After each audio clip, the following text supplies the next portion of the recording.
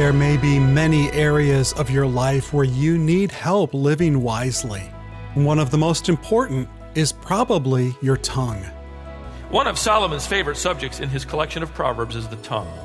He refers to a proud tongue, a lying tongue, a perverse tongue, an angry tongue, an encouraging tongue, a seductive tongue, a deceitful tongue, a soothing tongue, an instructive tongue, a flattering tongue, a guarded tongue, a crass tongue. Listen, God has a lot to say about what we say.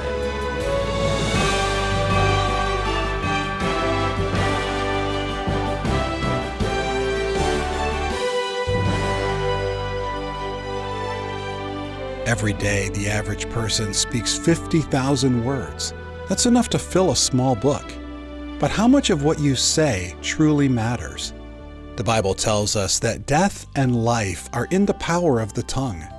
Your words offer life, giving counsel, healing, comfort, and encouragement. Or they can cause destruction and division. What kind of words are you sowing into the lives of others?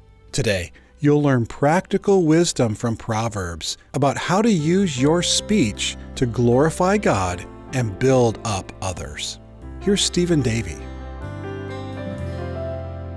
One of the better known jingles in the world of communications today is, I heard it through the what?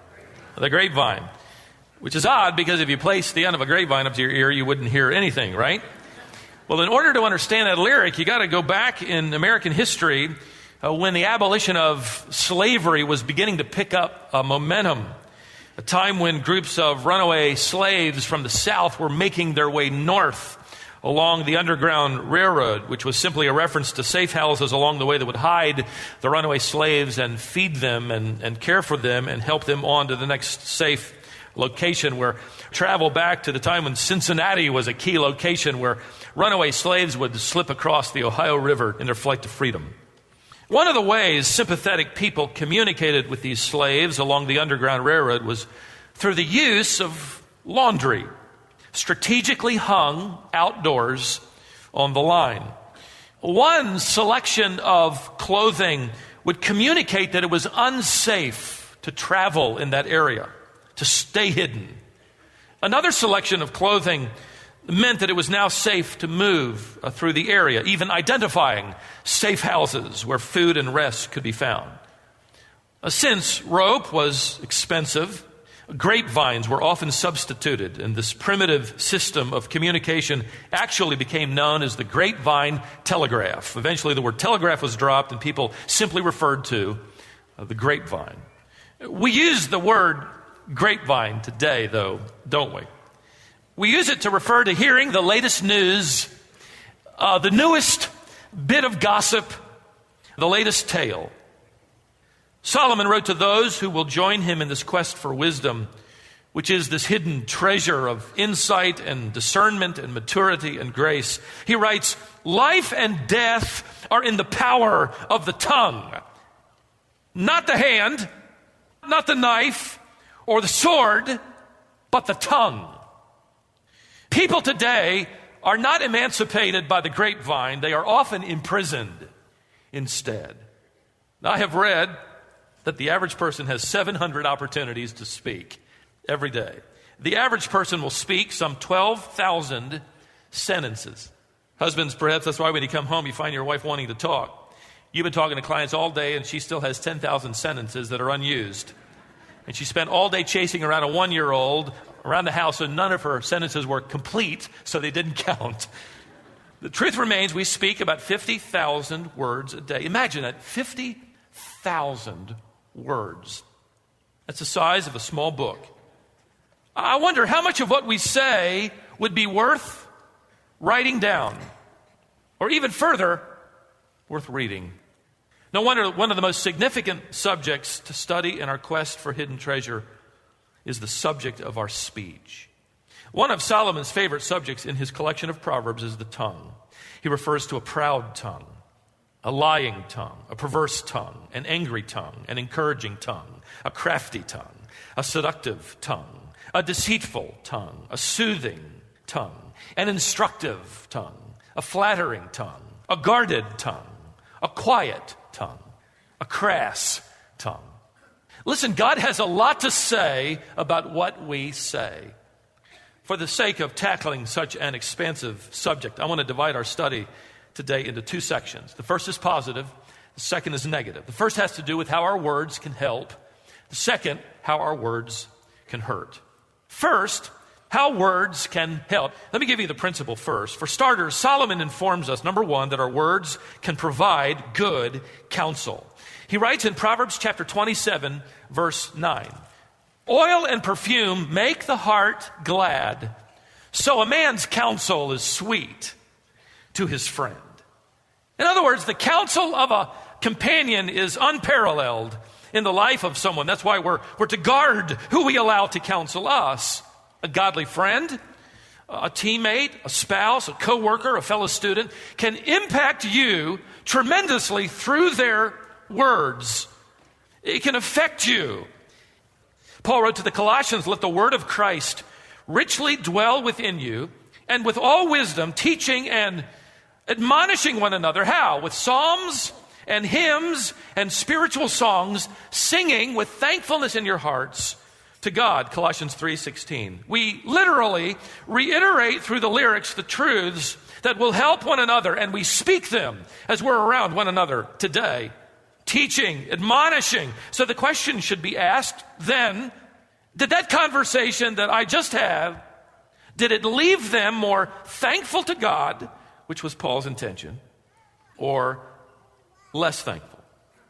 One author made the interesting comment that our daily conversations are actually mutual counseling sessions, whereby we exchange the reassurances and advice that helps us deal with the routine challenges of life. It's a great way for the believer to view his conversations as a mutual counseling session for the betterment of both parties. Not only do words counsel, they can also confront. Secondly, with this comes the idea of correction. Not just the advice of a friend, but the accountability of a friend. Solomon wrote earlier in Proverbs 17, verse 10, a rebuke goes deeper into one who has understanding than 100 blows into a fool. In other words, you challenge a wise believer that what they are doing or saying or how they are living is missing the mark of holy living or quiet surrender in some way or another, and they will deeply consider your words. Your confrontation will get their attention for the good. In fact, we use the expression to this day, a word to the wise is what? Sufficient. It comes from the implication of this proverb and others. A wise person will listen and learn from his mistakes. He will accept the word of admonition, but not so a fool. Solomon writes in this text, even if he is beaten black and blue, with 100 strokes of the rod, he will go right back to his activity and his folly. Thirdly, your words can counsel and confront, but they can also comfort. Solomon writes in Proverbs 25, verse 11, the Bible says, like apples of gold in settings of silver is a word spoken in right circumstances. And I would agree with Charles Bridges, who wrote in the mid-1800s, he says that, and I would agree, this is literal fruit. Golden apples served on silver trays, good words, and the right timing. And how refreshing then are those words? They're like ripe fruit. They are served in the finest way possible. They satisfy both hunger and thirst at the same time. They are entirely nourishing. Number 4, words not only counsel and confront and comfort, but they also, along the same line, cheer.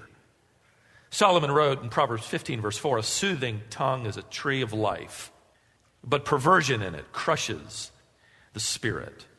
There is power in words of cheer. Can it really make a difference?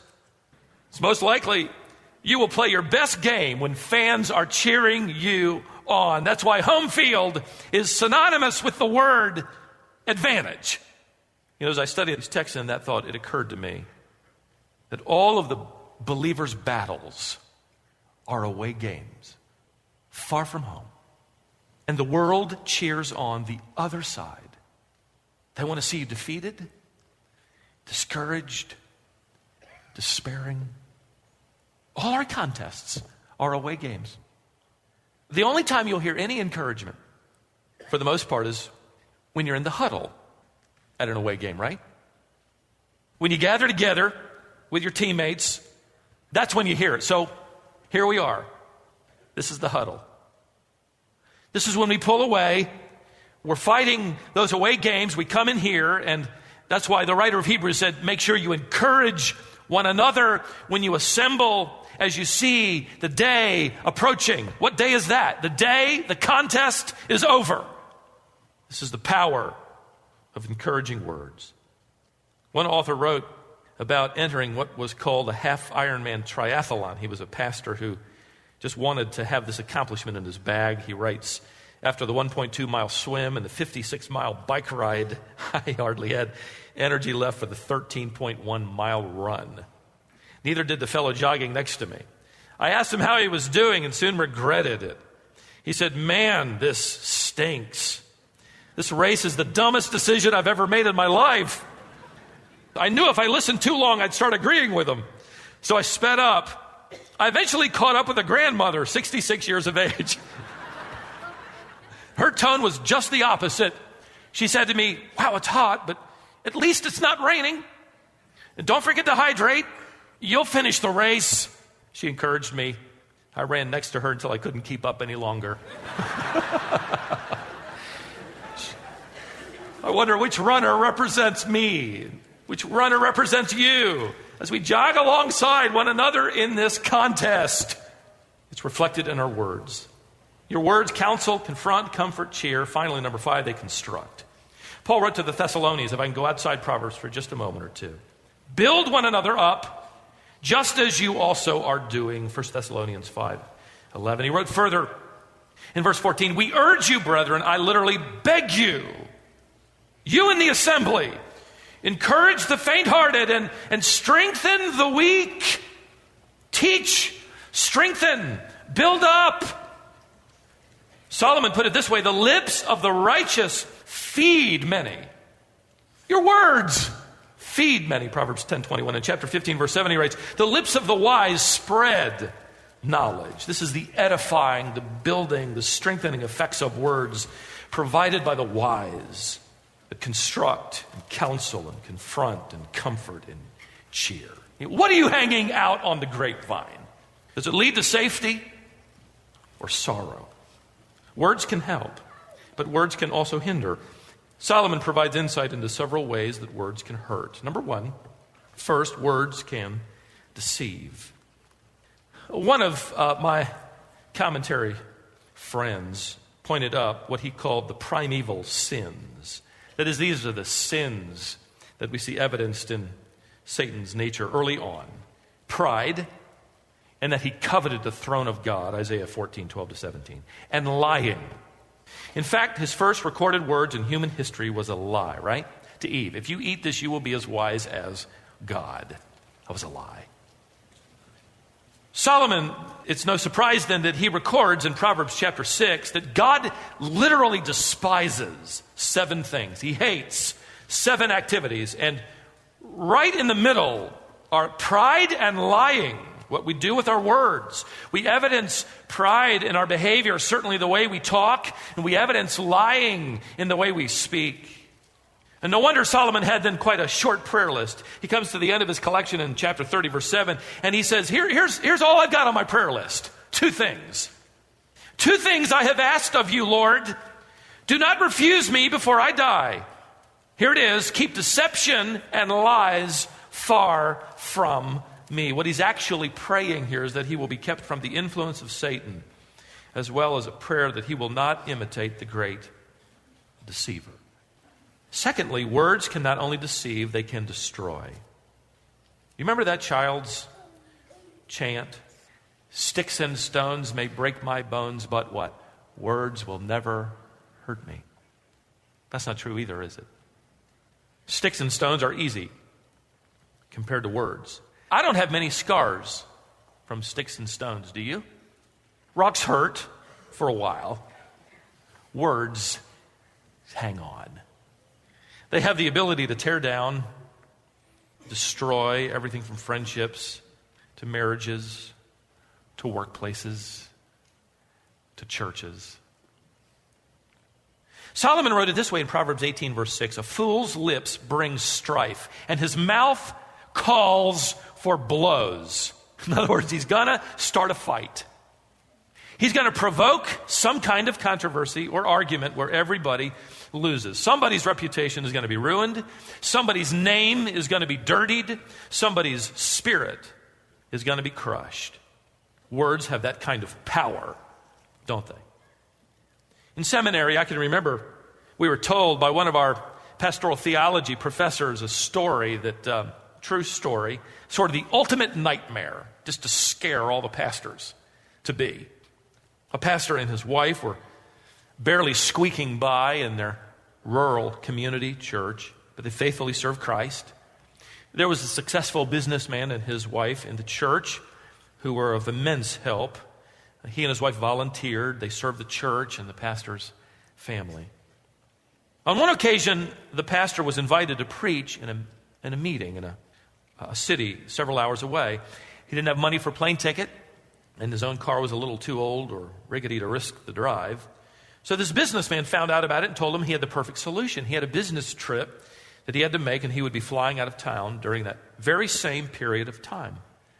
He told the pastor friend, "Listen, why don't you drive over to my home, drop off your car, take me to the airport in my car, and then take my car off to your meeting, and then you come back, pick me up at the airport. We're getting back at the same time." And it sounded terrific. It was a win-win. The only problem was this pastor now had his vehicle parked overnight at this man's house whose car was gone. The neighbors jumped to conclusions and spread the word. In a matter of days, that little community had heard the news. It was all over the grapevine. He ended up resigning, unable to overcome the destruction to his own reputation. Maybe you're there in a way, and you're finding it so difficult to overcome what people are hanging out on the grapevine. Solomon wrote in Proverbs 11:9, "With his mouth, the godless man destroys his neighbor." They can deceive, these words, they can destroy. Thirdly, along the same line, words have the ability to divide. This person is more than happy to hang dirty laundry out in the open on whatever grapevine is available. Proverbs says it this way in chapter 16, verse 28. "A slanderer separates intimate friends." What's startling to me about Solomon's statement isn't that distant acquaintances are separated or church members that hardly know each other. No, intimate friends divided by slander. It was such a serious problem in the early church that nearly every epistle deals with the power of the tongue. In fact, Paul bluntly told Titus to dismiss the divisive person from the assembly after the second warning. It's kind of interesting. There's no traditional church discipline steps where witnesses are brought to bear, the congregation brought in to woo and warn the brother. No, Paul writes, or we read his writing to Titus, "Reject," literally remove from the assembly, "a factious man, a divisive man, after a first and second warning." Titus 3:10. Why? Because the church, according to the will of God, is to demonstrate unity in the Spirit and that transforming power of the gospel of grace, which produces love and good works. And the enemy can't really do a lot from the outside. Let him lob away. He really can't do much. He's got to work from the inside out. And he uses a divisive person's words to handicap the church's ability to demonstrate unity and love. It's a powerful tool. So the question remains, what are we to do about this incredible power we walk around with in our mouths? In it is the power of life and death. Let me suggest 3 things that we should do with our words. First of all, surround them. Solomon wrote, "He who guards his mouth guards his soul from trouble." Proverbs 21, verse 23. We just bring it on ourselves, don't we, when we say things we shouldn't say. I had to laugh. I came across a story I'd written down a number of years ago when our twin sons were in elementary school. As I read this account again, I couldn't help but imagine the personal struggle this teacher was probably engaged in, as he tried to maintain control of his words and emotions. Before homeschooling, we had our boys for a couple of years in a magnet public school, elementary school in Raleigh. They were in the second grade We were sitting down at the dinner table one night, and one of my sons said, "Hey, Dad, I think our music teacher's a Christian." I said, "Really?" The other son pipes in, "Yeah, Dad, we think he's a Christian. We're pretty sure he's a Christian." I thought, man, my sons are evidencing such spiritual discernment at such an early age. I asked them, "Well, how do you know?" And one of them said, "Well, we were all sort of, acting up in class, and he went over to the corner, and we could tell he was praying." He probably was. And here's what he might have been praying. "Set a guard, O Lord, over my mouth. Keep watch over the door of my lips. Surround my words, Lord. Post a guard at the doorway of my lips." In other words, don't let anything out without divine clearance. We're going to fail every day, but that's our mission. Set a guard. Secondly, at every possible chance, not only surround your words, but silence them. Solomon records, "He who restrains his lips is wise." In this search for hidden treasure, the people who are finding it, wisdom, are people who restrain their lips, which is very difficult. My father's generation was known for restraint. This generation is known for expression. Abraham Lincoln once wrote it this way, "I have often regretted my speech, never my silence." I memorized a few months ago a little saying to roll around in my heart and mind. I shared it with our staff at chapel here at the church. It goes like this: "My silence might be misinterpreted. It can never be misquoted." You're going to have to avoid certain conversations because it's really going to just be about stuff that won't help. It will only hurt. Maybe you need to gather up all your sources and just delete them. Solomon wrote it this way. He said, "He who restrains his words has knowledge." In other words, one of the smartest things we can do as believers is bite our tongue. Surround our words, maybe silence our words. Thirdly, sweeten your words. Keep them sweet. Someone said, you never know when you'll have to eat them. Solomon wrote it this way in chapter 16 and verse 24. "Pleasant words are a honeycomb." They're sweet. Ray Pritchard, in his devotional commentary that I've just come across, he wrote about a study he had read that stated it takes 8 to 10 positive comments to offset one negative comment. In other words, 8 to 10 loving, careful, kind words are needed to erase the effects of just one hurtful, unkind, unloving, careless word that has been written on the blackboard of our minds. What are some pleasant words? How about "I'm proud of you"? And maybe it's been a long time, Dad, since you told your child those words. Here's another sweet phrase: "I forgive you." Perhaps no more powerful words in the English language besides "I love you." Say that often as well. And "I forgive you." They are life-giving. They are hope-filled words. They are reconciling words. They are fresh start words. I forgive you.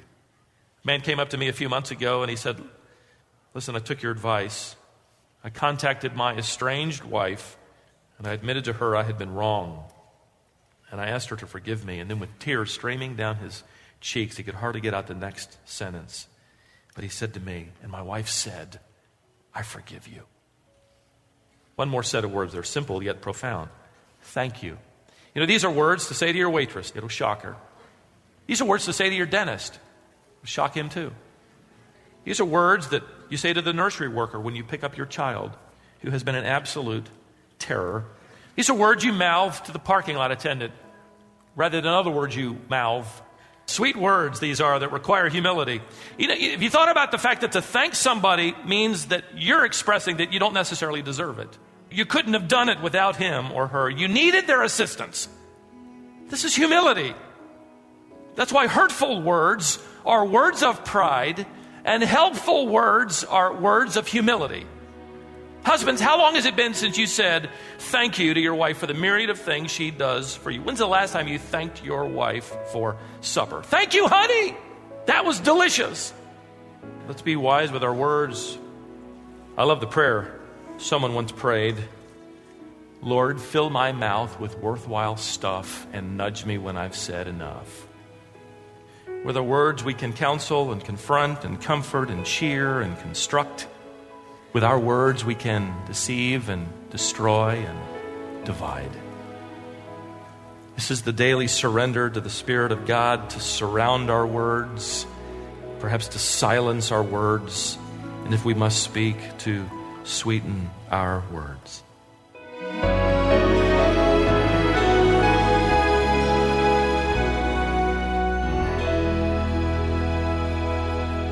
Words can counsel, comfort, and construct, but they can also destroy. So use your words to bring life, not harm. Choose silence when needed, and sweeten every conversation. That was Stephen Davey, and this is Wisdom for the Heart. Today's message is called The Word on Words. If you're enjoying this series from the book of Proverbs, you'll also enjoy Stephen's book from this series. It's called The Quest for Hidden Treasure. Stephen provides godly and practical wisdom for your everyday life. That book is available at a special rate during this series. Don't miss this opportunity. Call us today at 866-48-BIBLE. That's 866-48-BIBLE or 866-482-4253. Ask about Stephen's book, The Quest for Hidden Treasure. You can also order this book from our website, wisdomonline.org. Get a copy for yourself, and remember, this resource makes a great gift. While you're on the website, sign up for Friends of Wisdom. It's free, and you'll receive weekly emails from Stephen filled with encouragement, Bible insights, and answers to questions people like you are asking. You'll also receive a free resource every month to help you grow in your faith. Signing up is simple. Just visit wisdomonline.org/friends. Fill out the short form, and you're done. As a bonus, you'll get 2 of Stephen's most popular booklets, Blessed Assurance and The Coming Tribulation. These resources are designed to help you understand salvation and end-time events. Join Friends of Wisdom today at wisdomonline.org/friends and start receiving these valuable insights. By the way, we're eager to reach as many people as possible with the truth of God's Word. When you receive Stephen's email, share it with a friend and encourage them to subscribe as well. Thanks for joining us. We're going to continue through this series all this week. Join us back here next time to discover more wisdom for the heart.